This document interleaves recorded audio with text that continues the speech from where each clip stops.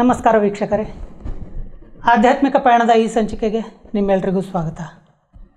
ನಮ್ಮ ಹಿಂದಿನ 2 ಸಂಚಿಕೆಗಳಲ್ಲಿ ನಮ್ಮ ಜೊತೆ ಬ್ರಹ್ಮಕುಮಾರಿ ಆಶಾ ಅವರು ತಮ್ಮ ಜೀವನದ ಆಧ್ಯಾತ್ಮಿಕ ಪಯಣದ ಬಗ್ಗೆ ಅವರ ಅನುಭವಗಳನ್ನು ಹಂಚಿಕೊಳ್ತಾ ಇದ್ದರು. ಇವತ್ತು ಸಹ ನಮ್ಮ ಈ ಸಂಚಿಕೆಗೆ ಬ್ರಹ್ಮಕುಮಾರಿ ಆಶಾ ಅವರು ಬಂದಿದ್ದಾರೆ. ಬನ್ನಿ ಅವ್ರನ್ನ ಈ ಕಾರ್ಯಕ್ರಮಕ್ಕೆ ಸ್ವಾಗತ ಮಾಡ್ತಾ ಅವರ ಆಧ್ಯಾತ್ಮಿಕ ಪಯಣದ ಇನ್ನೂ ಅನೇಕ ಅನುಭವಗಳನ್ನು ತಿಳ್ಕೊಳ್ಳುವಂಥ ಪ್ರಯತ್ನ ಮಾಡೋಣ. ಅಕ್ಕರೆ, ನಿಮಗೆ ಈ ಕಾರ್ಯಕ್ರಮಕ್ಕೆ ಸ್ವಾಗತ. ನೀವು ಹಿಂದಿನ ಸಂಚಿಕೆಯಲ್ಲಿ ಹೇಳ್ತಾ ಇದ್ರಿ, ಬ್ರಹ್ಮಕುಮಾರಿ ಸೇವಾ ಕೇಂದ್ರಕ್ಕೆ ಹೋಗಿ 6 ತಿಂಗಳ ನಂತರ ನೀವು ಮನೆಗೆ ಬಂದ್ರಿ ಮೊದಲನೇ ಸರಿ ಅಂತ. ಸೊ ನೀವು ಮೊದಲನೇ ಬಾರಿ 6 ತಿಂಗಳ ನಂತರ ಮನೆಗೆ ಬಂದಾಗ ನಿಮ್ಮ ರಿಲೇಷನ್ಸು ಇಲ್ಲ ನಿಮ್ಮ ಫ್ರೆಂಡ್ಸು ಅವಾಗ ನಿಮ್ಮಲ್ಲಿರುವಂಥ ಆಗಿರುವಂಥ ಚೇಂಜಸ್ಗಳನ್ನು ನೋಡಿ ಅವ್ರದ್ದೆಲ್ಲ ರಿಯಾಕ್ಷನ್ ಹೇಗಿತ್ತು? ನಿಮಗೇನು ಅನ್ನಿಸ್ತಾ ಅವಾಗ? ಅಮ್ಮ ಅವರು ಮನೆಗೆ ಹೋದ ತಕ್ಷಣ ಬಾಗಿಲು ಹಾಕ್ಬಿಟ್ರು, ಬೋಲ್ಟ್ ಎಲ್ಲ ಹಾಕ್ಬಿಟ್ರು, ಬೀಗ ಹಾಕ್ಬಿಟ್ರು. ಮನೆಗೆ ಡೋರ್ ಲಾಕ್ ಇತ್ತು, ಬೀಗ ಹಾಕ್ಬಿಟ್ಟು ಅವ್ರ ಹತ್ರ ಇಟ್ಕೊಂಡ್ರು. ಸೊ ಇನ್ನೆಲ್ಲೂ ಹೋಗೋಂಗಿಲ್ಲ ನೀನು ಅಂತ, ಆಚೆ ಎಲ್ಲೂ ಹೋಗೋಂಗಿಲ್ಲ, ಮನೇಲೇ ಇರಬೇಕಂತ. ಆಮೇಲೆ ಅವ್ರದ್ದು ಡೈಲಾಗ್ಗಳು ಗೊತ್ತಲ್ಲ, ನೀವೇನಾದರೂ ಹೋಗಬೇಕಂದ್ರೆ ನನ್ನ ಎಣ ದಾಟ್ಕೊಂಡು ಹೋಗಬೇಕು ಮನೆಯಿಂದ ಹೋಗುವಾಗ. ನಾನು ಆಶ್ಚರ್ಯ ಆಯಿತು, ಏನು ಬಂದು ಮತ್ತೆ ನಾವು ಸಿಕ್ಕಾಕೊಂಡ್ಬಿಟ್ನಾ ಇಲ್ಲಿಗೆ, ಇವರೇನು ಮತ್ತೆ ಇವ್ರು ಆಡೋದು ನೋಡಿದ್ರೆ ಇನ್ನು ವೈಟ್ ಡ್ರೆಸ್ ತೆಗೆಸ್ಬಿಡ್ತಾರ ಅನ್ನೋ ಥರ ತುಂಬ ಫೀಲ್ ಆಯಿತು. ಅವಾಗ ಸ್ವಲ್ಪ ದಿನ ನಾನು ಮೈನ್ ಸೆಂಟ್ರಿಗೆ ಅದೇ ಫೋನ್ ಮಾಡಿದೆ ಅಕ್ಕವ್ರಿಗೆ, ಹೀಗೆ ನಮ್ಮ ತಾಯಿ ತುಂಬ ಈ ಥರ ಇದಾಗ್ಬಿಟ್ಟಿದ್ದಾರೆ, ಹುಚ್ಚಿ ಆಗಿಬಿಟ್ಟಿದ್ದಾರೆ, ಅದ್ರ ಬಗ್ಗೆನೇ ಚಿಂತೆ ಮಾಡಿ ತುಂಬ ಪ್ರೀತಿ ಹುಚ್ಚಿಯಾಗಿದ್ದಾರೆ, ಏನು ಮಾಡೋದು ಇವಾಗ ಅಂತ. ಅವ್ರು ಎಲ್ಲದಕ್ಕೂ ನೀನು ಡಿಸಿಷನ್ ಅಮ್ಮ, ಅವ್ರು ಇಲ್ಲ ನೀನು ಅದು ಇದ್ಬೇಡ, ಬಂದ್ಬಿಡು ಸೇವೆಗೆ ಅಂತ ಹೇಳಿಲ್ಲ. ಸೊ ನಿನ್ನಿಷ್ಟ, ನೋಡು ನಿಮ್ಮ ಮನೆ ವಾತಾವರಣ ಹೇಗಿದೆ. ಅವಾಗೆಲ್ಲ ಹಾಗೆ ಫೋರ್ಸ್ ಮಾಡ್ತಿರ್ಲಿಲ್ಲ ಯಾರಿಗೂ. ಇವತ್ತಿಗೂ ಸ್ಟಿಲ್ ಯಾರಿಗೂ ಫೋರ್ಸ್ ಮಾಡೋದು ಒಳ್ಳೆಯದು, ಯಾರಿಗೂ ಮಾಡಲ್ಲ. ಸಂದರ್ಭಗಳು ಬೇರೆ ಬೇರೆನೇ ಇರುತ್ತೆ. ಹೌದು ಹೌದು, ಏಕೆಂದರೆ ಮೆಂಟಾಲಿಟಿ ಬೇರೆ ಇರುತ್ತೆ, ಸಮಯ ಸಂದರ್ಭಗಳು ಬೇರೆ ಇರುತ್ತೆ, ಪರಿಸ್ಥಿತಿಗಳು ಬೇರೆ ಇರುತ್ತೆ. ಅದು ನೋಡಿಕೊಂಡು ಇದು ಮಾಡಬೇಕಾಗುತ್ತೆ. ನಾವೇ ತಗೊಳೋದು ಒಳ್ಳೆಯದು.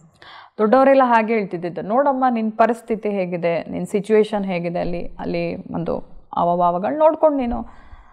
ನಂದು ಎಲ್ಲದಕ್ಕೂ ನನಗೆ ಡಿಸೈಡ್ ಮಾಡೋಕ್ಕೆ ಬಿಡ್ತಿದ್ದಾರಲ್ಲ, ಸೊ ನೀನೇ ಮಾಡಬೇಕು, ನೀನೇ ಡಿಸೈಡ್ ತೊಗೋಬೇಕು, ನಿನ್ನಿಷ್ಟ ಅಂತ ಹೇಳ್ತಿದ್ದಾರಲ್ಲ. ಸೊ ಇದು ನನ್ನ ಲೈಫು, ಸೊ ಹಾಗಾಗಿ ನನ್ನ ಜೀವನದ ಪ್ರಶ್ನೆ, ನಾನೇನಾದರೂ ಸರಿಯಾದ ನಿರ್ಧಾರ ತೊಗೋಬೇಕಂತ ಅವತ್ತು ನನಗೆ, ಸೊ 3rd ಟೈಮ್ ನನಗೆ ರಿಯಲೈಸೇಷನ್ ಆಯಿತು. ಸೊ 3ನೇ ಸರಿ ಅಂತೂ ಫೈನಲ್, ಇಲ್ಲ ಅದು ಏನಾದರೂ ಆಗಲಿ ಪರವಾಗಿಲ್ಲ, ಅಮ್ಮ ಸತ್ರು ಪರವಾಗಿಲ್ಲ, ಯಾರು ಸತ್ರು ಪರವಾಗಿಲ್ಲ, ಇಲ್ಲ ನಾನು ಸೇವೆಗೆ ಹೋಗಬೇಕು ಅನ್ನೋ ಥರ ಆಗೋ ಒಂದು ಇದು ಬಂತು. ಬಟ್ ಅಮ್ಮ ಏನು ಸಾಯೋರ್ತಾರಲ್ಲ, ತುಂಬ ಗಟ್ಟಿ, ತುಂಬ ಲೈಫಲ್ಲಿ ಬೇಕಾದಷ್ಟು ಸಮಸ್ಯೆಗಳನ್ನ ಎದುರಿಸಿದ್ದಾರೆ, ತುಂಬ ಗಟ್ಟಿ, ತುಂಬ ಗಟ್ಟಿ. ಹಾಂ, ಅವ್ರದ್ದು ಒಂಥರ ಪಾಪ ಜೀವನ ಹೇಳಬೇಕಂದ್ರೆ ತುಂಬ ಕಷ್ಟದಲ್ಲೇ ಅವರು ಜೀವನ ಮಾಡಿದ್ದು.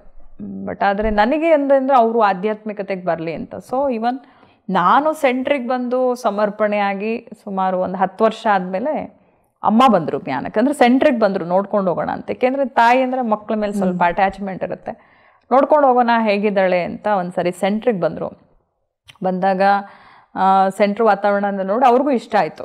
ಬಂದು 1-2 ದಿನ ಇದ್ದರು ಸೆಂಟ್ರಲ್ಲೂ ಕೂಡ. ಆಮೇಲೆ ವಾಪಸ್ ಅವ್ರಿಗೆ ಮನೆ ಕೆಲಸ, ತಂಗಿ ಇದ್ಲು ಇನ್ನೂ ಚಿಕ್ಕವಳ ಮನೇಲಿ, ಅವಳದೆಲ್ಲ ಸ್ವಲ್ಪ ನೋಡ್ಕೋಬೇಕಾಗಿತ್ತು. ಹಾಗಾಗಿ ವಾಪಸ್ ಮನೆಗೆ ಹೋದರು. ಮನೆಗೆ ಹೋದ್ಮೇಲೆ ಲಾಸ್ಟ್ ಅವ್ರಿಗೊಂದು ಇದ್ದಿದ್ದು ತಂಗಿದು ಜೀವನ ದಡ ಮುಟ್ಟಿಸ್ಬೇಕಂತ.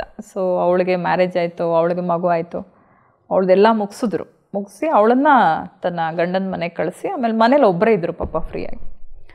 ಒಂದು ಸರಿ ಹೀಗೆ ಬೇಂಜಿಯವ್ರು ಬಂದಿದ್ದರು. ಅವಾಗ ಅವರು, ಏನಕ್ಕೆ ಒಬ್ಬರೇ ಇದ್ದೀರಾ, ನಮ್ಮ ಮನೆಗೆ ಬಂದಿದ್ರು ಒಂದು ಸರಿ ಬೇಂಜಿಯವರು. ಅವಾಗ ಏನಕ್ಕೆ ಒಬ್ಬರೇ ಇದ್ದೀರಾ, ಯಾಕೆ ಒಬ್ಬರೇ ಮಾಡಿಕೊಂಡು ಇಷ್ಟು ದೊಡ್ಡ ಮನೆಯಲ್ಲೆಲ್ಲ ಕ್ಲೀನ್ ಮಾಡ್ಕೊಂಡು ಒಬ್ಬರೇ ಹಾಕಿರ್ತೀರಾ, ಬಂದ್ಬಿಡಿ ನೀವು, ಏಕೆಂದರೆ ಈಗ ಹ್ಯಾಂಡ್ಸ್ ಇಲ್ಲದೆ ಎಷ್ಟೊಂದು ಜನ ಸೇವೆಗಳಿಗೆ ಇದಾಗ್ತಾಯಿದೆ, ಸೊ ನೀವು ಬನ್ನಿ ಅಂತ ಹೇಳಿ ಕರೆದ್ರು. ಸೊ ಅವಾಗ ಅಮ್ಮನಿಗೆ ಅದೆಲ್ಲ ಮನೆ, ಅವ್ರಿಗೆ ಅಟ್ಯಾಚ್ಮೆಂಟ್ ಇರುತ್ತಲ್ಲ, ಮಾತೆಯರಿಗೆ ಮನೆ, ಅವ್ರದ್ದೇ ಪರಿಸರ, ಅವ್ರದ್ದೇ ಆದ ಕೆಲವು ವ್ಯವಹಾರಗಳು, ಅದೆಲ್ಲ ಬಿಡಿಸ್ಕೊಂಡು ಬರೋದು ಅವ್ರಿಗೂ ತುಂಬ ಕಷ್ಟ ಆಯಿತು. ಅವಾಗ ಮಧ್ಯದಲ್ಲಿ ಆಗ್ಗೆ ಬಂದು ಹೋಗಿ ಮಾಡಿ ಇದು ಮಾಡ್ತಾಯಿದ್ರು. ಬಟ್ ಇವಾಗ ಕಂಪ್ಲೀಟಾಗಿ ನನ್ನ ಜೊತೆಗೆ ಸೆಂಟ್ರಲ್ಲೇ ಬಂದಿದ್ದಾರೆ, ಎಲ್ಲದಕ್ಕೂ ಸಹಯೋಗಿ ಆಗಿದ್ದಾರೆ. ಸೊ ಕಂಪ್ಲೀಟ್ಲಿ ನನ್ನ ಜೊತೆಗೆ ಇರ್ತಾರೆ. ಇವಾಗ ನಾನು ಎಲ್ಲೋದ್ರೂ ಅವ್ರು ನನ್ನ ಜೊತೆಗೆ ಬರ್ತಾರೆ. ಸೊ ನೀವು 6 ತಿಂಗಳಾದ್ಮೇಲೆ ಮನೆಗೆ ಹೋದಾಗ ನಿಮ್ಮ ತಾಯಿ ಬೀಗ ಹಾಕಿದ್ರು. ಸೊ ನೀವು ಅಲ್ಲಿಂದ ಮತ್ತೆ ನಿಮ್ಮ ತಾಯಿಗೆ ಏನು ಹೇಳಿದ್ರಿ? ಇಲ್ಲ, ನನಗೆ ತುಂಬ ಕಷ್ಟ ಆಯಿತು. ಅವ್ರಿಗೆ ಮನ ಒಲಿಸೋದಿದೆಯಲ್ಲ ತುಂಬ ಕಷ್ಟ. ಅವರು ಮಾನಸಿಕವಾಗಿ ತುಂಬ ಕುಗ್ಗೋಗಿದ್ರು, ತುಂಬಾ ಕುಗ್ಗೋಗಿದ್ರು.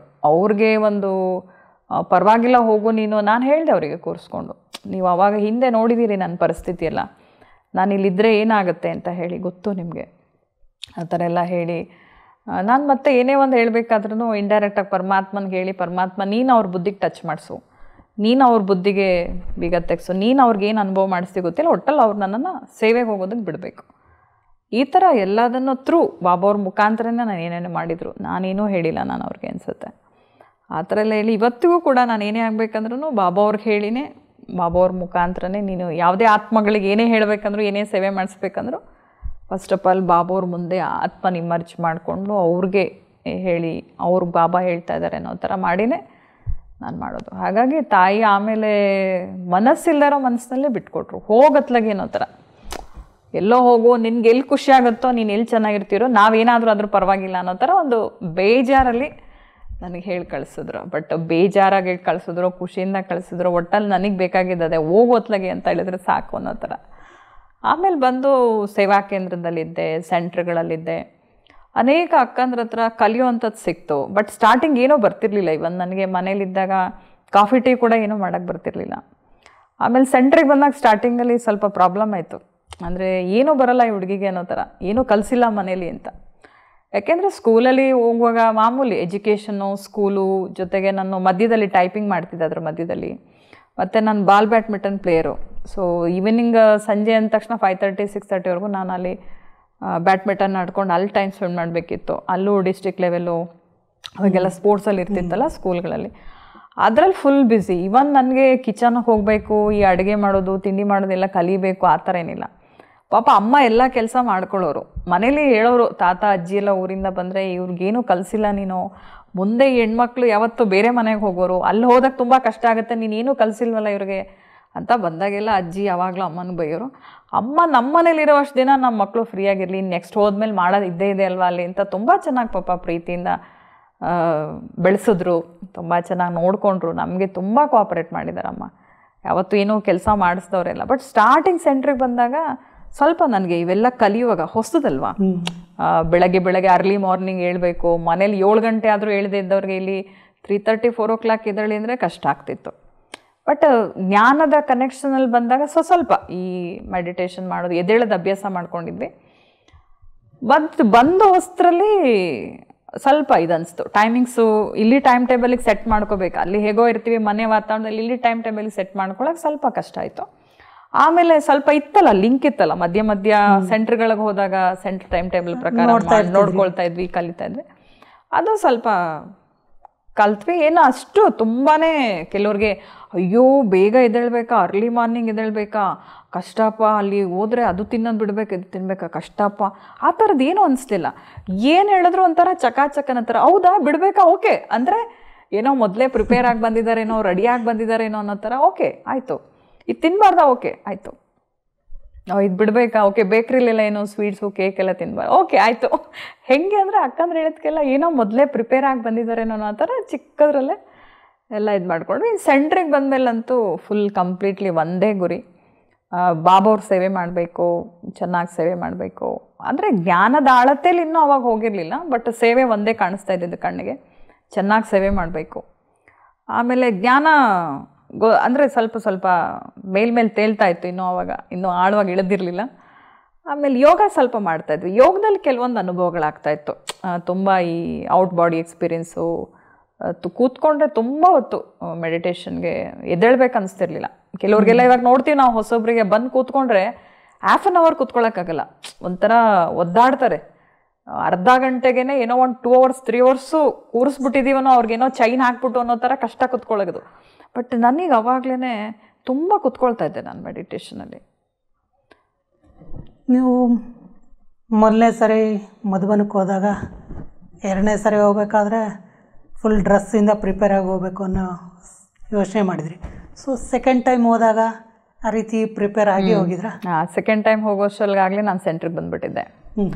ಬಟ್ ಇವನ್ ಸೆಂಟ್ರಿಗೆ ಬಂದಿದ್ರು ಅವಾಗೆಲ್ಲ ಟ್ರಯಲ್ ಅಲ್ವಾ, ಮತ್ತೆ ಹೋಗಿ ಅಮ್ಮನ ಸೇಮ್ ಮೌಂಟ್ ಆಬಿಗೆ ಹೋಗಬೇಕು, ಸಹಯೋಗ ಕೊಡು ಅಂತ. ಅವಾಗೇನಂದರೆ ಅವಾಗೇನೋ ಮಾತಾಡೋಕ್ಕೆ ಒಡವೆ ಗಿಡವೆ ಮಾಡಿಸ್ಕೋ, ಚಿನ್ನ ಬರುತ್ತೆ ಅಂತ ಹೇಳೋಕ್ಕೆ ಚಾನ್ಸ್ ಇಲ್ಲ. ಯಾಕೆಂದರೆ ಎಲ್ಲ ಬಿಟ್ಬಿಟ್ಟು ಪಾಪ ಇವಳೆ ಹೀಗೆ ಸನ್ಯಾಸಿ ಆಗಿಬಿಟ್ಟಿದ್ದಾಳೆ, ಒಡವೆ ಹಾಕ್ಕೊಳ್ಳಲ್ಲ, ಆ ಥರದ್ದೆಲ್ಲ ಅವ್ರಿಗೆ ಬಂದ್ಬಿಟ್ಟಿತ್ತು ಅನಿಸುತ್ತೆ. ಓಕೆ, ಏನೋ ಮಾತಾಡಲಿಲ್ಲ, ಸುಮ್ಮನೆ ತೆಗೆದುಕೊಟ್ರು ಪಾಪ.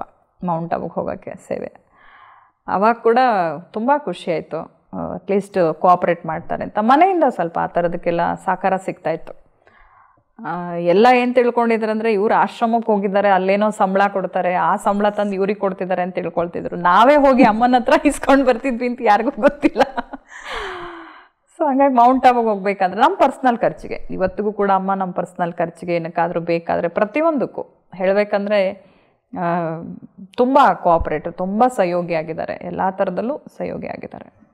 ಮೌಂಟ್ ಆಬುನಲ್ಲಿ ಅಲ್ಲಿ ದಾದಿಯರು ದೀದಿಯರೆಲ್ಲ ಏನಿರ್ತಾರೆ, ಅವರನ್ನು ಯಾವಾಗಾದರೂ ನೀವು ಪರ್ಸ್ನಲಾಗಿ ಮೀಟ್ ಆಗಿದ್ದೀರಾ? ಹಾಂ, ಒಂದು ಸಾರಿ ಏನಂದರೆ ನಾವೆಲ್ಲ ಕನ್ಯರು ಸೆಂಟ್ರಿಗೆ ಬಂದುಬಿಟ್ವಲ್ಲ, ಆಶ್ರಮಕ್ಕೆ ಬಂದಾಗ ನಮ್ಮ ಬೇಂಜಿಯವರು ಕನ್ಯರ್ ಟ್ರೈನಿಂಗ್ ಅಂತ ಕಳಿಸ್ಕೊಟ್ಟಿದ್ರು ಸುಮಾರು ಅವಾಗ. ಲಕ್ಷ್ಮೀ ಬೇಂಜಿಯವರು ಆವಾಗ ನಮ್ಮನ್ನೆಲ್ಲ ಕರ್ಕೊಂಡು ಶೋಭಕ್ಕ ಅಂತ ಹೇಳಿ ಹೋಗಿದ್ರು. ನಾವು ಸುಮಾರು ಒಂದು 12 ಜನ ಇದ್ವಿ ಆ ಗ್ರೂಪಲ್ಲಿ. 12 ಜನನೇ ಆವಾಗ ಖುಷಿ. ಎಲ್ಲ ಸೇಮ್ ಫುಲ್ ವೈಟ್ ಡ್ರೆಸ್ಸಲ್ಲಿ ಇದ್ವಿ. ಆವಾಗ ಬಟ್ಟಿ ಕಮ್ ಟ್ರೈನಿಂಗ್ ಅಂತ ನಡೀತಾ ಇತ್ತು. ಇವಾಗ ಟ್ರೈನಿಂಗ್ ಅಂದರೆ ಕುಮಾರಿಯರಿಗೆ 2 ಮಂತ್ಸು 3 ಮಂತ್ಸ್ ಆ ಥರ ಎಲ್ಲ ಟ್ರೈನಿಂಗ್, ಎಲ್ಲ ಥರದಲ್ಲಿ ಟ್ರೈನಿಂಗ್ ಕೊಡ್ತಾರೆ. ಆಲ್ಮೋಸ್ಟ್ ನಮಗೆಲ್ಲ ಇಲ್ಲೇ ಟ್ರೈನಿಂಗ್ ಆಗಿಬಿಡ್ತಿತ್ತು ಸೆಂಟ್ರಲ್ಲಿ. ಅಲ್ಲಿ ಕಾಸಾಗೋಗಿ ಟ್ರೈನಿಂಗ್ ತೊಗೊಳೋದು ಏನಿರ್ತಿರ್ಲಿಲ್ಲ. ಅವಾಗ ನಮಗೆ ಹೋದಾಗ ಅಲ್ಲಿ ಟಾಪಿಕ್ ಚೇಂಜ್ ಮಾಡಿದ್ರು. ಕಡಿಮೆ ಜನ ಇದ್ದರು ಮತ್ತೆಲ್ಲ ವೈಟ್ ಡ್ರೆಸ್ಸಲ್ಲಿ ಇದ್ದಿದ್ದರಿಂದ ಅವ್ರಿಗೆ ಅನಿಸ್ತು ಸೆಂಟ್ರಲ್ಲಿರೋರು ಇವರೆಲ್ಲ ಅಂತ ಬಟ್ಟಿ ಅಂತ ಮಾಡಿಬಿಟ್ರು. ಫಸ್ಟ್ ಇಲ್ಲಿಂದ ಕನ್ಯರ್ ಟ್ರೈನಿಂಗ್ಗೆ ಹೋಗ್ತಾ ಇರೋದು ಅಂತ ಹೇಳಿ ಕಳಿಸಿದ್ರು. ನಾವೇನೋ ಟ್ರೈನಿಂಗ್ಗಳು ಕೊಡ್ತಾರೆ ಅಂತ ಹೋದ್ವಿ. ಹಾಂ, ಏನೋ ಸ್ಪೆಷಲ್ ಟ್ರೈನಿಂಗ್ ಇರುತ್ತೆ ಅಂತ ಹೋದ್ರೆ ಅಲ್ಲೋದ್ಮೇಲೆ ಬಟ್ಟಿ ಅಂತ ಚೇಂಜ್ ಮಾಡಿದ್ರು. ನಾನು ಇಲ್ಲಿಂದ ಟ್ರೈನಿಂಗ್ ಅಂತ ಹೇಳ್ಕೊಂಡು ಕರ್ಕೊಂಡು ಹೋದ್ರು. ಅಲ್ಲೋದ್ಮೇಲೆ ಬಟ್ಟಿ ಅಂತ ಹೇಳ್ತಿದ್ದಾರಲ್ಲ, ಅಂದರೆ ಬಟ್ಟಿ ಮಾಡಿ ನೀವೆಲ್ಲರೂ ಅಂತ ಹೇಳಿದ್ರು. ಸರಿ, ಬಟ್ಟಿ ಮಾಡಾದ್ಮೇಲೆ ಆವಾಗ ನಮ್ಮ ಗ್ರೂಪ್ಗಳನ್ನ ಮೇಯ್ನ್ ದೊಡ್ಡ ದೊಡ್ಡ ದಾದಿಯರ ಜೊತೆ ಮಿಲ್ನ ಮಾಡ್ಸೋಕ್ಕೆ ಅಂತ ಕರ್ಕೊಂಡು ಹೋಗ್ತಾಯಿದ್ರು. ಆಗ ಗುಲ್ಜಾರ್ ದಾದಿನ ಮೀಟ್ ಮಾಡೋಕ್ಕೆ ಅಂತ ನಮ್ಮ ಶೋಭಕ್ ಅವ್ರು ಕರ್ಕೊಂಡು ಹೋದರು. ಆಲ್ಮೋಸ್ಟ್ ತುಂಬ ಜನ ಕುಮಾರಿಯರು ಕನ್ಯರೆಲ್ಲ ಇದ್ದರು. ಆಲ್ರೆಡಿ ಅವರೆಲ್ಲ ಬಂದು ಮೊದಲೇ ಕಾಯ್ಕೊಂಡು ಕೂತಿದ್ರು. ಹಿಂದೆಲ್ಲ ಕೂತ್ಕೊಂಡು ಬಂದಿರು. ಮುಂದೆ ಒಂದಷ್ಟು ಪ್ಯಾಸೇಜ್ ಜಾಗ ಖಾಲಿ ಇತ್ತು. ನಾವೇನು ಬರೀ 12 ಜನ ತಾನೆ, 12 ಜನಕ್ಕೆ ಜಾಗ ಎಷ್ಟು, ಹಿಂಗೆ 6 ಜನ ಹಿಂಗೆ 2 ಲೈನಲ್ಲಿ ಕೂತ್ಕೊಂಡ್ರೆ ಆಗೋಯ್ತು. ದಾದಿ ರೂಮಲ್ಲಿ ನಾವು ಹೋದ್ವಿ, ಶಕ್ತಿ ಭವನ್ ಅಂತ. ಆವಾಗ ನೀಲುಬೇನ್ ಗುಲ್ಜಾರ್ ದಾದಿ ಇಬ್ಬರು ಕೂತಿದ್ರು. ಅಂದರೆ ಎಲ್ಲರೂ ಬರಲಿ, ಅದು ಫುಲ್ ಆಗಲಿ, ಆಮೇಲೆ ದಾದಿ ಸ್ಪೀಚ್ ಮಾಡೋಣ, ಒಂದಷ್ಟು ಏನಾದರೂ ಹೇಳೋಣ ಅಂತ. ಸರಿ, ಅವಾಗ ದಾದಿ ಹೇಳೋಕ್ಕೆ ಶುರು ಮಾಡಿದ್ರು. ನಾವೆಲ್ಲ ಬಂದು ಮುಂದೆ ಹಿಂಗೆ ಕೂತ್ಕೊಂಡ್ವಿ. ಅವರೊಂದು ಮೂಲೆಯಲ್ಲಿ ಕೂತ್ಕೊಂಡ್ರು. ಅಕ್ಕ ನಮ್ಮನ್ನು ಕರ್ಕೊಂಡು ಹೋಗಿದ್ದವ್ರು ಗೈಡು. ಸರಿ, ಅವಾಗ ಮುಂದೆನೇ ಕೂತ್ಕೊಂಡೆ. ನನಗೆ ಆ ಥರದ್ದೆಲ್ಲ ತುಂಬ ಹುಚ್ಚು. ಮುಂದೆ ಕೂತ್ಕೋಬೇಕು, ಮುಂದೆ ಹೋಗಬೇಕು, ಮುಂದೆ ತಗೋಬೇಕು, ರಿಸೀವ್ ಮಾಡ್ಕೋಬೇಕು ದಾದಿಯರ ಬ್ಲೆಸ್ಸಿಂಗು, ವೈಬ್ರೇಷನ್ ಎಲ್ಲ ಅಂತ. ಸರಿಯಾಗಿ ಮುಂದೆ ಹೋದಾಗ ದಾದಿಯವರೆಲ್ಲ ಮಾತಾಡಾಯಿತು. ನಮಗೆಲ್ಲ ಸ್ವಲ್ಪ, ಏಕೆಂದರೆ ಚಿಕ್ಕ ವಯಸ್ಸಲ್ವಾ, ಮಾಯೆ ಗೆಲ್ಲೋದು ಹೇಗೆ, ಮಾಯೆ ರಾವಣ ಹೇಗೆ ಬರ್ತಾನೆ, ಅದನ್ನು ನೀವು ಹೇಗೆ ಎದುರಿಸ್ಬೇಕು ಅಂತೆಲ್ಲ ತುಂಬ ಚೆನ್ನಾಗಿ ದಾದಿ ಅವ್ರದ್ದೇ ಆದ ಶಬ್ದದಲ್ಲಿ ಚೆನ್ನಾಗಿ ಹೇಳ್ತಾರೆ. ಮತ್ತು ರಿಪೀಟ್ ಮಾಡ್ತಾಯಿದ್ರು, ನಮಗೆ ಪಕ್ಕಾ ಮಾಡಿಸ್ತಾಯಿದ್ರು. ಅದೆಲ್ಲ ಕೇಳಾದ್ಮೇಲೆ ಏನೋ ಫೋನ್ ಕಾಲ್ ಬಂತು. ನೀಲುಬೇನ್ ಎದ್ದೋದ್ರು. ಸೊ ದಾದಿ ಲಾಸ್ಟಲ್ಲಿ ಟೋಲಿ ಕೊಡ್ಬೇಕು ಎಲ್ರಿಗೂ. ಯಾರನ್ನೇ ಮಿಲ್ನ ಮಾಡಿದ್ರು ಪ್ರಸಾದ ಕೊಡ್ತಾರೆ, ಸ್ವೀಟ್. ಅವಾಗ ಅದು ಕೊಡಬೇಕು ಸರಿ ಅಂದ್ಬಿಟ್ಟು ಬಾಕ್ಸು ತಾನೇ ಪಾಪ ದಾದಿ ಮುಚ್ಚಳ ತೆಗೆದು ಇದು ಮಾಡ್ತಾಯಿದ್ರು. ಆಗ ನಮ್ಮ ಗೈಡ್ ಹೋಗಿದ್ದವ್ರು ಅಕ್ಕ ಹೇಳಿದ್ರು, ಮುಂದೆ ಕೂತಿದ್ಯಾ, ದಾದಿಗೆ ಬಾಕ್ಸ್ ತೆಕ್ಕೊಡೋಕ್ಕಾಗಲ್ವ, ಹೆಲ್ಪ್ ಮಾಡೋಕ್ಕಾಗಲ್ವ ಒಂದು ಸ್ವಲ್ಪ ಅಂತ. ಸರಿ, ನನಗೆ ಭಯ ಏನು ಅಂದ್ಕೊಳ್ತಾರೋ ಅಂತ. ಸರಿ ಆಯಿತು, ನಾನು ಬಾಕ್ಸ್ದು ಮುಚ್ಚಳ ಎಲ್ಲ ತೆಗೆದು ಅವ್ರಿಗೆ ಹೆಲ್ಪ್ ಮಾಡಿದೆ. ದಾದಿ ಅಂದರು ಬೇಟೋ ಇದ್ದಾರೆ ಅಂತ. ಸೊ ನನಗೆ ಖುಷಿಯಾಗೋಯ್ತು. ದಾದಿ ಪಕ್ಕದಲ್ಲಿ ಕೂತ್ಕೊಳ್ಳೋದಂದರೆ ಏನೋ ಒಂಥರ. ಸರಿ, ದಾದಿ ಪಕ್ಕದಲ್ಲಿ ಕೂತ್ಕೊಂಡು ಪ್ರತಿಯೊಬ್ಬರಿಗೂ, ಅಷ್ಟು ಜನ ಏನು ರೂಮಲ್ಲಿದ್ರು ಅಷ್ಟು ಜನ ಹೋಗೋವ್ರಿಗೂ ದಾದಿ ಕೈಗೆ ನಾನು ಟೋಲಿ ಕೊಟ್ಟು, ಆಮೇಲೆ ನೀಲುಬೇನು ಬಂದು ನೋಡಿದ್ರು. ಸರಿ, ಯಾರೋ ಕೂತಿದ್ದಾರಲ್ಲ, ಟೋಲಿ ಕೊಟ್ಕೋತಾ ಇದ್ದಾರಲ್ಲ ಅಂತ ಅವ್ರಿಗೇನು ಪಾಪ ಬೇರೆ ಬ್ಯುಸಿ ಇದ್ದು ಅನ್ಸುತ್ತೆ, ಅವರು ಫೋನಲ್ಲಿ ಬ್ಯುಸಿಯಾಗಿ ಹೊರಡೋದ್ರು. ಆಮೇಲೆ ದಾದಿ ಲಾಸ್ಟಲ್ಲಿ ನನಗೆ ಟೋಲಿ ಕೊಟ್ಟರು. ತುಂಬ ಪ್ರೀತಿಯಿಂದ ಕೈ ಹಿಡ್ಕೊಂಡು ದೃಷ್ಟಿ ಕೊಟ್ಟು ಟೋಲಿ ಕೊಟ್ಟರು. ಲಾಸ್ಟಲ್ಲಿ ನನಗೆ ತುಂಬ ಖುಷಿ ಆಯ್ತದು. ದಾದಿ ಕೈ ಮುಟ್ಟಿದ್ರೆ ಏನೋ ಒಂಥರ ಹತ್ತಿ ಥರ. ಅದು ನಿಜವಾಗಿಯೂ ನನಗೆ ಒಂದು ಖುಷಿ ಏನಂದರೆ, ನಾನು ಗುಲ್ಜಾರ್ ದಾದಿ ಪರಮಾತ್ಮನ ರಥ ಅವ್ರ ಪಕ್ಕದಲ್ಲಿ ಕೂತ್ಕೊಂಡು ಇಷ್ಟು ಹತ್ರದಲ್ಲಿ ಅವ್ರ ಕೈಗೆ ಟೋಲಿ ಕೊಟ್ಟು, ಅವ್ರು ನನಗೆ ಟೋಲಿ ಕೊಟ್ಟು ಕೈ ಮುಟ್ಟಿದ್ರಲ್ಲ ಅಂತ ಒಂದು ದೊಡ್ಡ ಖುಷಿ. ಆ ಬಟ್ಟೆ ಎಲ್ಲ ಪೂರ್ಣ ಅದೊಂದೇ ಖುಷಿ. ನಾನು ದಾದಿ ಪಕ್ಕ ಕೂತಿದ್ದೆ, ನಾನು ದಾದಿಗೆ ಟೋಲಿ ಕೊಟ್ಟೆ, ದಾದಿ ನನಗೆ ಕೊಟ್ಟರು, ನನ್ನ ಕೈ ಹಿಡ್ಕೊಂಡ್ರು, ನನ್ನ ಮುಟ್ಟಿದ್ರು ದಾದಿ ಅಂತ. ತುಂಬ ಫಸ್ಟ್ ಟೈಮ್ ಅದು ಟ್ರೈನಿಂಗ್ ಹೋದಾಗ ತುಂಬ ಖುಷಿ ಆಯಿತು. ನೀವು ಮೈಸೂರಲ್ಲಿ ಎಲ್ಲೆಲ್ಲಿ ಸೇವೆ ಮಾಡಿದ್ರಿ? ಯಾವ ಸೇವಾ ಕೇಂದ್ರದಲ್ಲಿ ನೀವು ನಿಮಿತ್ತ ಆಗಿದ್ರಿ? ಅಂದರೆ ನಾನು ಬಂದು ಸ್ವಲ್ಪ ವರ್ಷಕ್ಕೆ ಬೇಂಜಿಯವರು ಫಿಸಿಕಲ್ ಪರ್ಸ್ನಾಲಿಟಿ ನೋಡಿ, ಮೆಂಟಲಿ ಪರ್ಸ್ನಾಲಿಟಿ ನೋಡಿ ಬೇಗ ಇನ್ಚಾರ್ಜ್ ಕೊಟ್ಟರು. ಕೆಲವೊಂದು 3-4 ಜನ ಅಕ್ಕಂದ್ರ ಹತ್ರ ನಾನು ಜೊತೆಲಿದ್ದೆ. ರತ್ನಕ್ಕ ಅಂತ ಹೇಳಿ ಚಾಮರಾಜನಗರದಲ್ಲಿದ್ದರು, ಅವ್ರ ಜೊತೆ ಒಂದು 6 ಮಂತ್ಸ್ ಇದೆ. ಅದಾದಮೇಲೆ ಮಡಿಕೇರಿಗೆ ಗಾಯತ್ರಕ್ಕ ಅವ್ರ ಜೊತೆಗೆ ಹಾಕಿದ್ರು, ಅಲ್ಲೂ ಸುಮಾರು ಒಂದು 6 ಮಂತ್ಸ್ ಇದ್ದೆ ಅನಿಸುತ್ತೆ. ಆಮೇಲೆ ಏನೋ ಕಾರಣಕ್ಕೆ ನಾನು ಫಸ್ಟ್ ಆಫ್ ಆಲ್ ಬೇಸಿಕಲಿ ನಾನು ಚನ್ನರಾಯಪಟ್ಟಣಕ್ಕೆ ಹೋಗುವಾಗ ಸಂಧ್ಯಾಕ್ಕೆ ಅವ್ರ ಜೊತೆ ಸುಮಾರು ಒಂದು 2 ವರ್ಷ ಇದ್ದೆ ಅಲ್ಲಿ. ಆವಾಗ ಅದೇ ಹೇಳಿದ್ನಲ್ಲ, ಫುಲ್ ಕಂಪ್ಲೀಟ್ ಇಲ್ಲ, ಈ ಕಡೆ ಆ ಕಡೆ ಇದು ಮಾಡ್ತಾ, ಬಟ್ ಸೆಂಟ್ರಲ್ ಇರ್ತಿದ್ದೆ 2 ಇಯರ್ಸ್ ಅವ್ರ ಜೊತೆ ಕಂಪ್ಲೀಟಾಗಿ. ಅವ್ರ ಹತ್ರ ಎಲ್ಲ ಕೆಲವೊಂದು ಕಲಿತೆ ನಾನು. ಆಮೇಲೆ ರಾಧಕ್ಕ ಅಂತ ಇದ್ದರು, ಅವ್ರ ಜೊತೆನೂ ಕಲಿತೆ. ಬಟ್ ಅವ್ರ ಹತ್ರ ಇದ್ದಾಗ ನನಗೆ ತುಂಬ ನನಗೆ ಒಂದು ಸ್ವಂತ ಲೌಕಿಕ ಹ್ಯಾಬಿಟ್ಗಳೆಲ್ಲ ಇತ್ತು. ಬರೀವೆ ಕವನಗಳು ಬರಿತಾ ಇದ್ದೆ, ಆಮೇಲೆ ಜೊತೆಗೆ ಡ್ರಾಯಿಂಗ್ ಬಿಡಿಸ್ತಾ ಇದ್ದೆ, ಚಿತ್ರಗಳು ಬಿಡಿಸ್ತಾ ಇದ್ದೆ.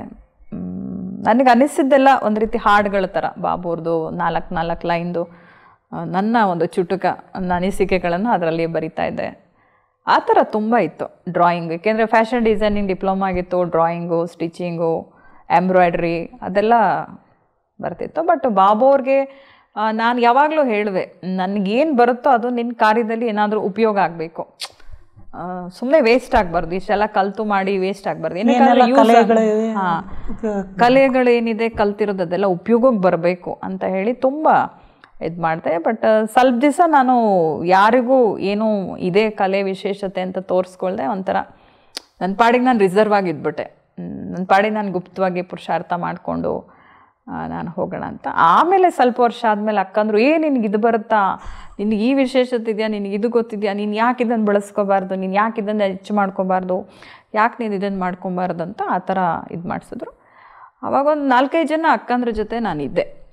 ಅದಾದಮೇಲೆ ಬೇಂಜಿಯವರು ಸೆಂಟ್ರ್ ಕೊಟ್ಟರು. ಸೆಂಟ್ರ್ ಕೊಟ್ಟಾಗ ಸ್ಟಾರ್ಟಿಂಗಲ್ಲಿ ನನಗೆ ಹೆಂಗಪ್ಪ ಇದು ಸೆಂಟ್ರ್ ಮೇಂಟೈನ್ ಮಾಡೋದು ಅನ್ನೋದು ಆಗೋಗ್ಬಿಡ್ತು. ಸಪ್ರೇಟ್ ನೀವೇ ಇನ್ಚಾರ್ಜು ಏನೋ ಒಂಥರ ಅನಿಸ್ತು. ಬಟ್ ಆದರೆ ಒಂದಕ್ಕೂ ಅಂದರೆ ಇದು ಪರಮಾತ್ಮನ ಮನೆ, ಇದು ಪರಮಾತ್ಮನ ಸೇವೆ, ಆ ಥರ ಎಲ್ಲ ಚೆನ್ನಾಗಿ ನಡ್ಕೊಂಡು ಹೋಯಿತು. ಅದೇ ಥರ ನಾನು ಮಳವಳ್ಳಿಲಿ ಒಂದು 4 ಇಯರ್ಸ್ ಇದ್ದೆ. ನಂಜನಗೂಡಲ್ಲಿದ್ವಿ. ನಂಜನಗೂಡಲ್ಲಿ ಅಲ್ಲಿ ಬಿಲ್ಡಿಂಗ್ ಕಟ್ಟೋ ಅಂಥ ಕೆಲಸ ಶುರುವಾಯಿತು. ಬಿಲ್ಡಿಂಗ್ ಕಟ್ಟೋ ಕೆಲಸ. ಬಟ್ ಅಲ್ಲಿ ಬಿಲ್ಡಿಂಗ್ ಕಟ್ಟೋ ಟೈಮಲ್ಲಿ ಗೊತ್ತಲ್ಲ, ಸ್ಟೂಡೆಂಟ್ಸ್ ಎಲ್ಲ ಇದಾಗ್ಬಿಡ್ತಾರೆ, ಬಿಲ್ಡಿಂಗ್ ಕಟ್ಟೋ ಟೈಮಲ್ಲಿ ದೂರ ಆಗಿಬಿಡ್ತಾರೆ. ಆಗ ಸ್ವಲ್ಪ ನನಗೆ ಡಿಸ್ಟರ್ಬ್ ಆದಂಗೆ ಆಯಿತು ಸೇವೆ ಮಾಡೋವಂಥ ಟೈಮಲ್ಲಿ. ಆವಾಗ ನಾನು ಅಕೌಂಟ್ಸ್ ಅಂತೇಳಿ ಮೌಂಟ್ ಆಬುಗೆ ಹೋದಾಗ ವಾಪಸ್ ಬರಲಿಲ್ಲ. ಒಂದು 15 ಡೇಸ್ ಅಲ್ಲೇ ಉಳ್ಕೊಂಬಿಟ್ಟೆ ಮೌಂಟ್ ಆಬಲ್ಲಿ. ನನ್ನ ಮೆಂಟಲಿ ಫುಲ್ಲು ರಿಫ್ರೆಶ್ ಆಗೋರ್ಗು. ಆಮೇಲೆ ಬೇಂಜಿಯವ್ರು ಫೋನ್ ಮಾಡಿದ್ರು, ಯಾಕೆ ನೀನು ಅಲ್ಲೇ ಹೋಗಿ ಉಳ್ಕೊಂಬಿಟ್ಟಿದ್ಯಾ, ಬಂದ್ಬಿಡು ವಾಪಸ್ಸು ಅಂತ. ಇಲ್ಲ, ನಾನು ತುಂಬ ಮೆಂಟಲಿ ಡಿಸ್ಟರ್ಬ್ ಆಗಿದ್ದೀನಿ. ಇಲ್ಲ, ಆ ಥರ ಏನೂ ಆಗಲ್ಲ, ನೀನು ಬಾ ವಾಪಸ್ಸು, ಬಾ ಸೇವೆಗೆ, ಇಲ್ಲಿ ಕೆಲಸ ಇದೆ ಬಾ ಅಂತ. ಸರಿ ಬಂದೆ. ಮತ್ತು ಅವರು ಸೆಂಟ್ರ್ ಚೇಂಜ್ ಮಾಡಿದ್ರು. ಅಷ್ಟೊಂದು ಡಿಸ್ಟರ್ಬ್ ಮಾಡಿಕೊಂಡು ಅಲ್ಲಿ ಸೇವೆ ಮಾಡೋದು ಬೇಡ, ಅಲ್ಲಿರೋದು ಬೇಡ, ಸರಿ ನೀನು ಬೇರೆ ಕಡೆ ಹೋಗಿ ಸೇವೆ ಮಾಡು ಅಂತ. ಯಾರಿಗೇ ಆದರೂ ಅಷ್ಟೇ, ಜಾಗ ಚೇಂಜ್ ಆದಾಗ ಸ್ವಲ್ಪ ಚೇಂಜಸ್ ಆಗುತ್ತೆ. ಸೊ ಆ ಥರ ನಾನು ಚೇಂಜ್ ಆಗಿ ನೆಕ್ಸ್ಟ್ ಪಾಂಡವಪುರಕ್ಕೆ ಹಾಕಿದ್ರು. ಸೊ ಪಾಂಡವಪುರಕ್ಕೆ ಬಂದೆ. ಮೈಸೂರಲ್ಲೂ ಸ್ಟಾರ್ಟಿಂಗ್ ಲೋಕಲಲ್ಲಿ ಆಲ್ನಳ್ಳಿ ಲೇಔಟಲ್ಲಿದ್ದೆ. ಹೊಸದಾಗಿ ಸೆಂಟ್ರ್ಗಳು ಓಪನ್ ಮಾಡಿದ್ರು ಅಲ್ಲಿ, ರಾಮಕೃಷ್ಣ ನಗರ ಅಂತ ಹೇಳಿ, ಅಲ್ಲೊಂದು ಸ್ವಲ್ಪ ದಿನ ಇದ್ದೆ. ಸೆಂಟ್ರು ಇನಾಗ್ರೇಷನ್ ಆಗೋ ಟೈಮಲ್ಲಿ ಫಸ್ಟು ಮೇಟ್ಗಳ್ಳಿಲಿ ಓಪನ್ ಮಾಡಿದ್ರು.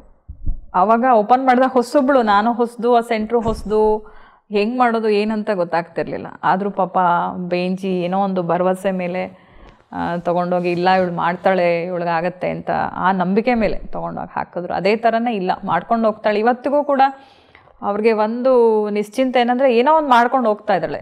ಅಂದರೆ ಯಾವುದೇ ಥರದ ಡಿಸ್ಟರ್ಬೆನ್ಸ್ ಆಗಲಿ ಅಥವಾ ಯಾವುದೇ ಥರದ ರಿಮಾರ್ಕ್ ಆಗಲಿ, ಯಾವುದೇ ಥರದ ಕಂಪ್ಲೇಂಟ್ ಆಗಲಿ ಇಲ್ಲದೆ ಇವಳು ಮಾಡ್ಕೊಂಡು ಹೋಗ್ತಾಳೆ ಅನ್ನೋದೊಂದು ದೊಡ್ಡವ್ರ ದೃಷ್ಟಿಯಲ್ಲಿ ಇರೋದ್ರಿಂದ.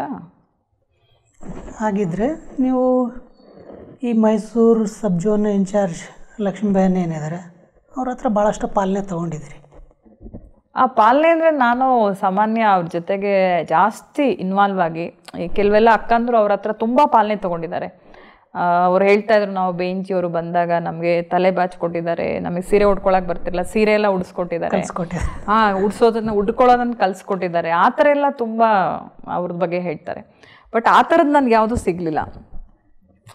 ಆ್ಯಕ್ಚುಲಿ ಹೇಳ್ಬೇಕಂದ್ರೆ ನನಗೆ ಒಂದಿನ ಆ ಥರದ್ದು ಅವ್ರು ಏನೂ ಸೇವೆ ಮಾಡಿಲ್ಲ. ಬಟ್ ಎಲ್ಲೋ ಒಂದು ಕಡೆ ಅವರಿಗೆ ನನ್ನ ಮೇಲೆ ಒಂದು ಪ್ರೀತಿ ಇದೆ. ಇವಳು ಮಾಡ್ಕೊಂಡು ಹೋಗ್ತಾಳೆ, ವಾಲಂಟ್ರಿಯಾಗಿ ಇವಳು ಏನೋ ಡಿಸ್ಟರ್ಬ್ ಇಲ್ಲದೆ ಮಾಡ್ಕೊಂಡು ಹೋಗ್ತಾಳೆ ಅನ್ನೋದು ಒಂದು ಅವ್ರಿಗೆ ನನ್ನ ಬಗ್ಗೆ ಹೋಪ್ ಇದೆ. ನೀವು ಆ ಲಕ್ಷ್ಮೀಬಾಯಿ ಹತ್ರ ಏನು ವಿಶೇಷತೆಗಳನ್ನು ನೋಡಿದ್ದೀರಿ? ಅವರು ತುಂಬ ವಿಶೇಷ ಆತ್ಮ. ಅಂದರೆ ಏನೇ ಒಂದು ಕೆಲಸ ಹಿಡ್ಕೊಂಡ್ರೆ ಅದನ್ನು ನನಗೂ ಅವರಿಂದಾನೇ ಅದು ಒಂಥರ ಪ್ರೇರಣೆ. ಏನಾದರೂ ಒಂದು ಕೆಲಸ ಹಿಡಿದ್ರೆ ಅದು ಕಂಪ್ಲೀಟ್ ಆಗೋವರೆಗೂ ಬಿಡಲ್ಲ. ಅದನ್ನು ಮತ್ತೆ ಮಾಡಬೇಕು, ಚೆನ್ನಾಗೇ ಮಾಡಬೇಕು, ಎಲ್ರಿಗಿನ್ನ ಚೆನ್ನಾಗಿ ಮಾಡಬೇಕು, ದಿ ಬೆಸ್ಟ್ ಆಗಬೇಕು ಅದು ಕೆಲಸ. ಆ ಥರದ್ದು ಒಂದು ಗುಣ ವಿಶೇಷತೆ ಅವ್ರಿಗೆ. ನನಗೂ ಅದನ್ನು ನೋಡಿ ನಾನು ಅಷ್ಟೇ ಏನೇ ಮಾಡಿದ್ರೂ ಅದು ಕರೆಕ್ಟಾಗಿ ಚೆನ್ನಾಗಿ ದಿ ಬೆಸ್ಟ್ ಆಗಬೇಕು ಅನ್ನೋದನ್ನೇ ಒಂದು ಗುರಿ ಇಟ್ಕೊಳ್ತೀನಿ. ಜೊತೆಗೆ ತುಂಬ ಧೈರ್ಯ ಅವ್ರಿಗೆ. ಮತ್ತು ಬಾಬಾ ಅವ್ರ ಮೇಲೆ ತುಂಬ ಪ್ರೀತಿ. ನನಗೆ ಯಾವಾಗಲೂ ಅನಿಸುತ್ತೆ ಅವ್ರಿಗೆ ಎಷ್ಟು ಶಿವಬಾಬಾ ಅವ್ರ ಮೇಲೆ ಪ್ರೀತಿ ಇದೆ, ಯಜ್ಞದ ಮೇಲೆ ಅವ್ರಿಗೆ ಎಷ್ಟು ಪ್ರೀತಿ ಇದೆ. ತುಂಬಾ ಅವ್ರಿಗೆ ಬಾಬಾ ಅಂತ ಹೇಳಿದ್ರೆ ಹೇಳೋಕೆ ಸಾಧ್ಯ. ಅವ್ರಿಗೆ ಬಾಬನ ಶಬ್ದ, ಬಾಬನ ವಿಚಾರ ಮಾತಾಡ್ತಾ ಇದ್ರೆ ಅವ್ರ ಒಳಗಡೆ ಬರೋ ಆ ಇದಿದೆಯಲ್ಲ, ಆ ಕುತೂಹಲ, ಆ ಬಾಬನ ಬಗ್ಗೆ ಹೇಳೋ ಇದು, ಅದು ನೋಡಿದ್ರೆ ನಿಜವಾಗಿಯೂ ಬಾಬಾವ್ರ ಮೇಲೆ ಪಕ್ಕಾ ನಿಶ್ಚಯ ಅವ್ರಿಗೆ, ಪಕ್ಕಾ ನಿಶ್ಚಯ. ಮತ್ತು ಯಜ್ಞದ ಮೇಲೂ ಅಷ್ಟೇ. ಮಧುಬನ ಬೇಹದ್ ಅಂತ ಹೇಳಿದ್ರೆ ತುಂಬ ಖುಷಿ, ತುಂಬಾ ಇಷ್ಟ ಅವ್ರಿಗೆ. ಏನೇ ಒಂದು ಸೇವೆ ಮಾಡಿದ್ರು ಫಸ್ಟ್ ಮಧುಬನ ಕಳಿಸಿ. ನಮಗೂ ಯಾಕಂದರೆ ಅದೇ ಹೇಳ್ತಿರ್ತಾರೆ, ನೀವು ಏನೇ ಮಾಡಿದ್ರು ನಿಮ್ಮ ಸೆಂಟ್ರುಗಳು ಇಂಪ್ರೂವ್ ಆಗಬೇಕಂತ ಹೇಳಿದ್ರೆ, ನೀವುಗಳು ಚೆನ್ನಾಗಿದಾಗಬೇಕು, ನಿಮಗೆ ಪರಮಾತ್ಮನಿಂದ ಯಾವುದೇ ಸೇವೆಗೆ ಸಪೋರ್ಟ್ ಸಿಗಬೇಕಂದ್ರೆ ಫಸ್ಟು ನೀವು ಮೌಂಟ್ ಅಬುಗೆ ಕಳಿಸಿ ಸೇವೆ, ಅದನ್ನು ಯಾವುದೇ ಕಾರಣಕ್ಕೂ ಮಿಸ್ ಮಾಡಬೇಡಿ ಅಂತ ಹೇಳ್ತಾರೆ. ಇವತ್ತಿಗೂ ಕೂಡ ಅಷ್ಟೇ, ನಾನು ಎಲ್ಲೇ ಇನ್ಚಾರ್ಜ್ ಆದ್ರೂ ಆ ಸೆಂಟ್ರ್ಗಳಲ್ಲಿ ಎಷ್ಟೇ ಸೇವೆಗಳು ಬರೋದಕ್ಕೆ ಕಷ್ಟ ಆದರೂ ಕೂಡ ಮೌಂಟ್ ಅಬು ಸೇವೆ ಒಂದು ನಿಲ್ಲಿಸಲ್ಲ. ಇವನ್ ಅವರೇ ಇದೆಲ್ಲ ನಮಗೆ ಬೇಸಿಕಲಿ ಕಳಿಸ್ಕೊಟ್ಟಿದ್ದು. ಆ ವಿಚಾರದಲ್ಲಿ ನಮ್ಗೆ ಅವರು ನೋಡಿದ್ರೆ ಇದೊಂಥರ ಇನ್ಸ್ಪೈರ್. ಅವ್ರಿಗೆ ಬಾಬೋರ್ ಮೇಲಿರೋ ಪ್ರೀತಿ, ಯಜ್ಞದ ಮೇಲಿರೋ ಪ್ರೀತಿ, ಮಧುಬನದ ಮೇಲಿರೋ ಪ್ರೀತಿ, ಅದನ್ನು ನೋಡಿ. ಮತ್ತು ಪರಿವಾರದ ಮೇಲೂ ಅಷ್ಟೇ ತುಂಬ ಪದೇ ಪದೇ ಇಲ್ಲಿ ಲೋಕಲಿಗೆ ಬಂದಮೇಲೆ, ಈಗ ರೀಸೆಂಟಾಗಿ ನಾನು 2.5 years ಆಯಿತು ಇಲ್ಲಿ ಲೋಕಲ್ ಬಂದು, ತುಂಬ ಮೈಸೂರು ಲೋಕಲಲ್ಲಿ. ಈಗ ನಾನು ಪ್ರೆಸೆಂಟು NR ಮೊಲ ಸೇವಾ ಕೇಂದ್ರದಲ್ಲಿರೋದು. ಅವರು ಕಂಬೈನ್ಡ್ ಕ್ಲಾಸ್ಗಳು ಮಾಡೋದು, ಸ್ಟೂಡೆಂಟ್ಸ್ಗೆಲ್ಲ ರಿಫ್ರೆಶ್ ಮಾಡಿಸೋದು, ಬಟ್ಟಿಗಳನ್ನು ಮಾಡೋದು, ಮೌಂಟ್ ಅಬುನಿಂದ ಎಲ್ಲ ಮಹಾರಥಿಗಳನ್ನು ಕರೆಸಿ ಕ್ಲಾಸಸ್ ಮಾಡಿಸೋದು, ಪದೇ ಪದೇ ಒಂಥರ ರಿಫ್ರೆಶ್ಮೆಂಟು, ಬಟ್ಟಿಗಳು, ಅದರಲ್ಲೂ ಮೌನ ಬಟ್ಟಿಗಳು, ಸೈಲೆನ್ಸ್ ಬಟ್ಟಿ ಅಂತ ಮಾಡ್ತಾರೆ ಮೈಸೂರಲ್ಲಿ, ಅದು ಫೇಮಸ್ಸು. ಇವನ್ ಮೌಂಟ್ ಅಬುವರೆಗೂ ಗೊತ್ತು. ಮೈಸೂರಲ್ಲಿ ಮೌನ ಕಾರ್ಯಕ್ರಮಗಳದ್ದು ಬಟ್ಟಿಗಳೆಲ್ಲ ಮಾಡ್ತಾರೆ. ಅಲ್ಲೆಲ್ಲ ತುಂಬ ವಿದ್ಯಾರ್ಥಿಗಳು ಬರ್ತಾರೆ. ಮತ್ತು ಇಲ್ಲೂ ವಿದ್ಯಾರ್ಥಿಗಳು ಈ ಒಂದು ಎನ್ವೈರ್ನಮೆಂಟ್ಗೆ ಸೆಟ್ ಆಗಿದ್ದಾರೆ. ಸೈಲೆನ್ಸ್ ಬಟ್ಟಿ, ಸೈಲೆನ್ಸ್ ಯೋಗ, ಇವನ್ ನಮಗೂ ಇಷ್ಟ ಆಗುತ್ತೆ. ಇವನ್ ಮೌಂಟ್ ಅಬುಗೆ ಬಟ್ಟಿಗೆ ಅಂತ ಹೋದ್ರೂ ಅಲ್ಲಿ ಸೈಲೆನ್ಸ್ ಆಗಿರೋಕ್ಕಾಗಲ್ಲ. ಯಾಕೆಂದರೆ ಯಾರಾದರೂ ಸಿಗ್ತಿರ್ತಾರೆ, ಮಾತಾಡಿಸ್ತಾರೆ. ಅಪರೂಪಕ್ಕೆ ಸಿಕ್ಕಿ ಮಾತಾಡಿಲ್ಲ ಅಂದರೆ ಏನಾದರೂ ಮತ್ತೆ ಬೇಜಾರು ಮಾಡ್ಕೊಂಡ್ರೆ ಅಂತ ಮಾತಾಡ್ಬಿಡ್ತೀವಿ.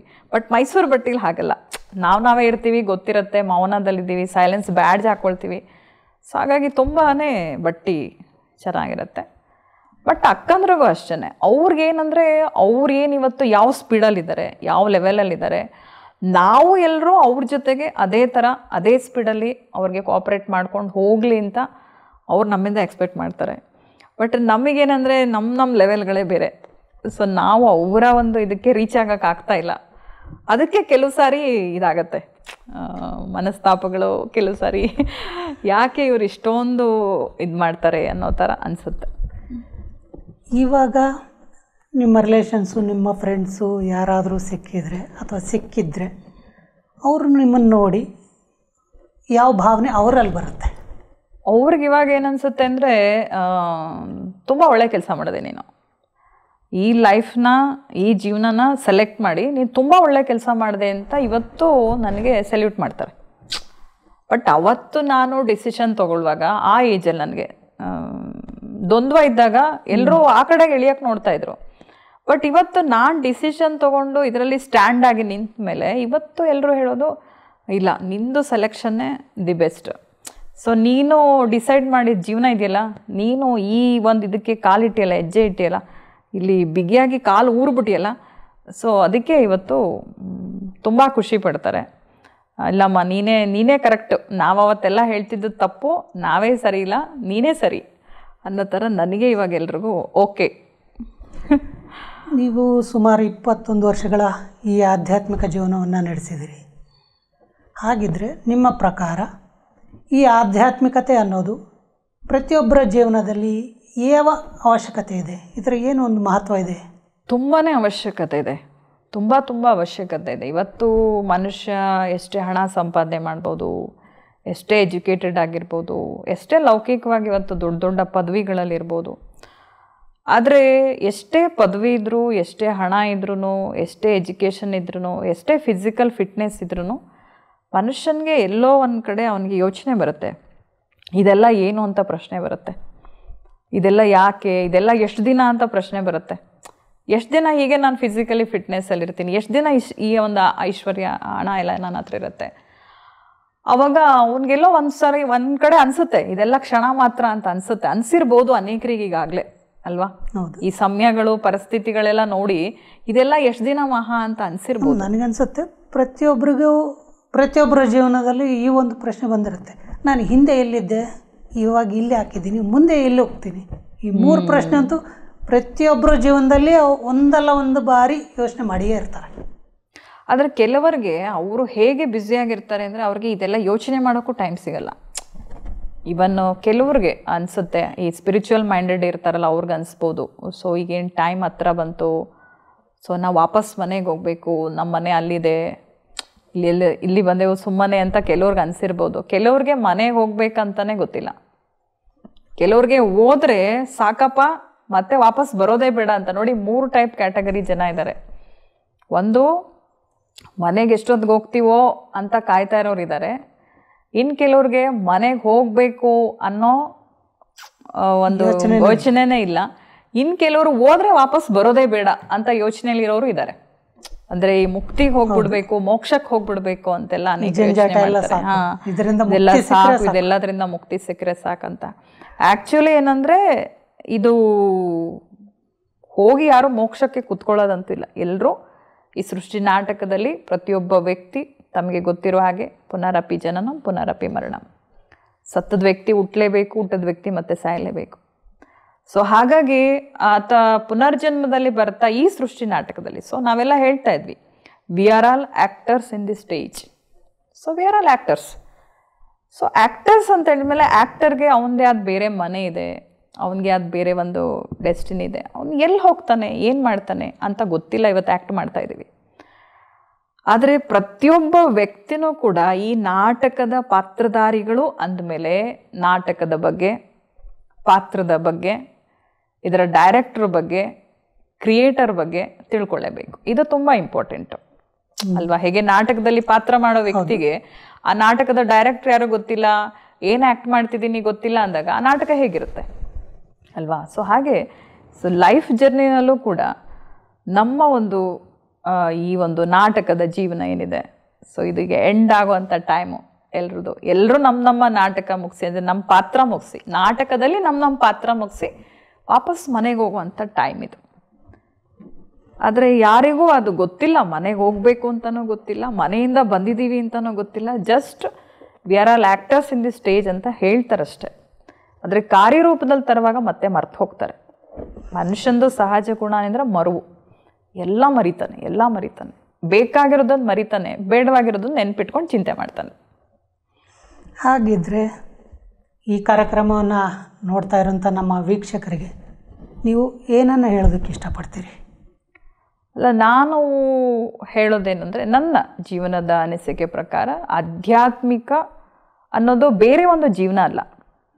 ಅನೇಕರು ಹೇಳ್ತೇವೆ ಗೃಹಸ್ಥ ಜೀವನ ಬೇರೆ, ಆಧ್ಯಾತ್ಮಿಕ ಜೀವನ ಬೇರೆ, ಸನ್ಯಾಸ ಮಾರ್ಗ ಬೇರೆ, ಆ ಮಾರ್ಗ ಬೇರೆ, ಈ ಮಾರ್ಗ. ನಾನು ಹೇಳೋದೇನೆಂದರೆ, ಗೃಹಸ್ಥದಲ್ಲಿ ಇದ್ದುಕೊಂಡು, ನಿಮ್ಮ ಸಂಸಾರದಲ್ಲಿ ಇದ್ಕೊಂಡು, ಫ್ಯಾಮಿಲಿ ಒಳಗಡೆ ಇದ್ಕೊಂಡು, ನಿಮ್ಮ ಕೆಲಸ ವ್ಯವಹಾರ, ನಿತ್ಯ ಕರ್ಮ, ದಿನನಿತ್ಯದ ಕಾರ್ಯವ್ಯವಹಾರಗಳನ್ನ ಮಾಡ್ತಾನೂ ನೀವು ಇದನ್ನು ಜಸ್ಟ್ ಒಂದು ಪಾರ್ಟ್ ಆಫ್ ಲೈಫ್ 1 ಗಂಟೆ ಬೆಳಗ್ಗೆ ಅಥವಾ ಸಂಜೆ ಬಂದು ಜ್ಞಾನ ತಿಳ್ಕೊಂಡು ನೀವು ಇದನ್ನು ಅಳವಡಿಸ್ಕೊಂಡ್ರೆ ನಿಮ್ಮ ಜೀವನದಲ್ಲಿ ತುಂಬಾ ಸುಖವಾಗಿರ್ಬೋದು. ಹೇಳಬೇಕಂದ್ರೆ ನೆಮ್ಮದಿ ಜೀವನ ಅಂತ ಹೇಳ್ಬೋದು, ಹೇಳಬೇಕಂತ ಹೇಳಿದ್ರೆ.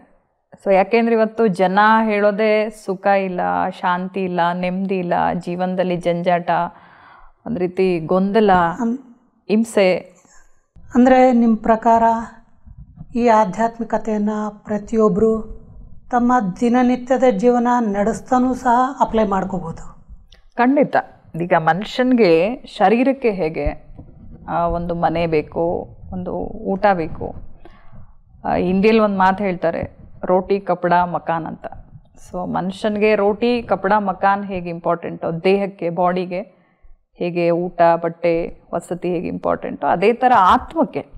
ಯಾಕೆಂದರೆ ಇಂಪಾರ್ಟೆಂಟ್ಸ್ ಏನಂದರೆ, ಮನುಷ್ಯ ಇವತ್ತು ತನ್ನನ್ನು ತಾನು ಸಂಪೂರ್ಣ ದೇಹ ಅಂತ ತಿಳ್ಕೊಂಡಿದ್ದಾನೆ. ಈ ದೇಹ ನಡೆಸುವಂಥದ್ದು ಒಂದು ಅಭೌತಿಕ ಶಕ್ತಿ, ಆಧ್ಯಾತ್ಮಿಕ ಶಕ್ತಿ, ಒಂದು ಚೈತನ್ಯ ಶಕ್ತಿ, ಆತ್ಮ ನಾನು ಅನ್ನೋದನ್ನು ಮರೆತಿದ್ದಾನೆ. ಯಾವಾಗ ಮನುಷ್ಯ ದೇಹನೇ ನಾನು ಅಂತ ತಿಳ್ಕೊಂಡು ಆಗ ಇಷ್ಟೊಂದು ದುಃಖಿಯಾಗಿರೋದು. ಆತ್ಮ ಅಂತ ತಿಳ್ಕೊಂಡಾಗ ಆಧ್ಯಾತ್ಮಿಕ ಜ್ಞಾನದಲ್ಲಿ ತುಂಬ ಸುಖ ಇದೆ. ಸೊ ಹಾಗಾಗಿ ಅವನು ಆತ್ಮಜ್ಞಾನ ತಿಳ್ಕೊಂಡು ಜೀವನ ಮಾಡಿದಾಗ ಜೀವನ ನಡೆಸುವ ಕಲೆ, ಹೇಗೆ ಜೀವನ ಮಾಡಬೇಕು, ಆ ಜೀವನದ ಅರ್ಥ ಏನು, ಆ ಜೀವನದ ಸಾರ ಏನು ಅಂತ ಗೊತ್ತಾಗತ್ತೆ. ಇವತ್ತು ಅದು ಗೊತ್ತಿಲ್ಲದೆ ತುಂಬ ಚಿಂತೆಯಲ್ಲಿ, ತುಂಬ ಬೇಸರದಲ್ಲಿ, ತುಂಬ ದುಃಖದಲ್ಲಿ, ಇವತ್ತು ಯಾರನ್ನೇ ನೀವು ಕೇಳಿ ನೋಡಿ, ಮಾತಾಡ್ಸಿ ನೋಡಿ, ಹೇಗಿದ್ದೀರಪ್ಪ ಅಂದರೆ ಏನೋ ಬದುಕಬೇಕಲ್ಲ ತಿಂತಾಯಿದ್ದೀವಿ, ಏನೋ ಇರಬೇಕಲ್ಲ ಶಿವ ಕರ್ಕೊಳ್ಳೋರ್ಗು ಅದಕ್ಕೆ ಇದ್ದೀವಿ ಭೂಮಿ ಮೇಲೆ ಅನ್ನೋ ಥರ ಬೇಸರದ ಮಾತುಗಳನ್ನ ಯಾರು ಹೇಳ್ತಾರೆ ಹೊರತು ಖುಷಿ ವಿಚಾರ ಹೇಳೋದಿಲ್ಲ. ತುಂಬ ಚೆನ್ನಾಗಿದ್ದೀವಿ, ಹ್ಯಾಪಿಯಾಗಿದ್ದೀವಿ, ತುಂಬ ಖುಷಿಯಾಗಿದ್ದೀವಿ, ಸುಖವಾಗಿದ್ದೀವಿ ಅಂತ ಯಾವ ಮನುಷ್ಯನೂ ಹೇಳಲ್ಲ. ಇವತ್ತು ಯಾರಾದರೂ ಸಿಕ್ಕಿದಾಗ ಹಾಯ್ ಬಾಯ್ ಹಲೋ ಅಂದಾಗ ಅವಾರಿಗೂ ಅಂದರೆ ತಕ್ಷಣ ರಿಪ್ಲೈ ಮಾಡ್ತಾರೆ, ಫೈನ್ ಅಂತ ಹೇಳ್ತಾರೆ. ಆಮೇಲೆ ಗೋಳಾಡೋಕ್ಕೆ ಶುರು ಮಾಡ್ತಾರೆ, ಅಯ್ಯೋ ನಂದು ಇದೆಯಲ್ಲ ತಾಪತ್ರಯ, ನಿಂಗೆ ಗೊತ್ತಲ್ಲ ಅಂತ. ಮಾತಿಗೂ ಅವ್ನಿಗೇನು ಗೊತ್ತಿರಲ್ಲ, ಆದರೂ ನಿಮಗೆ ಗೊತ್ತಲ್ಲ ಅಂತ ಹೇಳೋಕ್ಕೆ ಶುರು ಮಾಡ್ತಾರೆ. ಸರಿ ಅಕ್ಕರೆ, ನೀವು ನಿಮ್ಮ ಅಮೂಲ್ಯ ಸಮಯವನ್ನು ನಮ್ಮ ಈ ಕಾರ್ಯಕ್ರಮಕ್ಕೆ ಕೊಟ್ಟು ನಮ್ಮ ವೀಕ್ಷಕರಿಗೆ ನಿಮ್ಮ ಜೀವನದ ಅನೇಕ ಅನುಭವಗಳನ್ನು ಹಂಚಿಕೊಂಡ್ರಿ. ನಿಮ್ಮ ಅನುಭವನ ಕೇಳ್ತಾ ಕೇಳ್ತಾ ನನಗೂ ಸಹ ತುಂಬ ಖುಷಿ ನನ್ನಲ್ಲಿ ತಾನಾಗಿ ಹೊರಗೆ ಬರ್ತಾಯಿತ್ತು. ನಿಮ್ಮ ಅನುಭವಗಳನ್ನು ಕೇಳ್ತಾ ಇದ್ದರೆ ಇನ್ನೂ ತಿಳ್ಕೊಬೇಕು ಅನ್ನುವಂಥ ಒಂದು ಭಾವನೆ ಮೂಡುತ್ತಾ ಇದೆ. ಹೀಗೆ ನಮ್ಮ ಕಾರ್ಯಕ್ರಮಕ್ಕೆ ಬರ್ತಾಯಿರಿ, ನಮ್ಮ ವೀಕ್ಷಕರಿಗೆ ಅನೇಕ ಹೊಸ ಹೊಸ ವಿಷಯಗಳನ್ನು ತಿಳಿಸ್ಕೊಡ್ತಾಯಿರಿ. ನಮ್ಮ ಕಾರ್ಯಕ್ರಮಕ್ಕೆ ಬಂದಿದ್ದಕ್ಕೆ ನಿಮಗೆ ಬಹಳ ಬಹಳ ಧನ್ಯವಾದಗಳು. ನೋಡಿದ್ರಲ್ಲ ವೀಕ್ಷಕರೇ, ಬ್ರಹ್ಮಕುಮಾರಿ ಆಶಾ ಅವರ ಆಧ್ಯಾತ್ಮಿಕ ಪಯಣ ಹೇಗಿತ್ತು ಅನ್ನೋದು. ಹೀಗೆ ನಮ್ಮ ಕಾರ್ಯಕ್ರಮವನ್ನು ವೀಕ್ಷಿಸ್ತಾ ಇರಿ. ಮತ್ತೆ ಮುಂದಿನ ಸಂಚಿಕೆಯಲ್ಲಿ ಮತ್ತೊಬ್ಬ ಆಧ್ಯಾತ್ಮಿಕ ವ್ಯಕ್ತಿಯ ಜೊತೆ ಸಂದರ್ಶನ ಮಾಡ್ತಾ ಅವರ ಒಂದು ಆಧ್ಯಾತ್ಮಿಕ ಜೀವನ, ಆಧ್ಯಾತ್ಮಿಕ ಪಯಣ ಹೇಗಿತ್ತು ಅನ್ನೋದನ್ನು ತಿಳ್ಕೊಳ್ಳುವಂಥ ಪ್ರಯತ್ನ ಮಾಡೋಣ. ಅಲ್ಲಿವರೆಗೂ ತಮ್ಮೆಲ್ಲರಿಗೂ ಧನ್ಯವಾದಗಳು.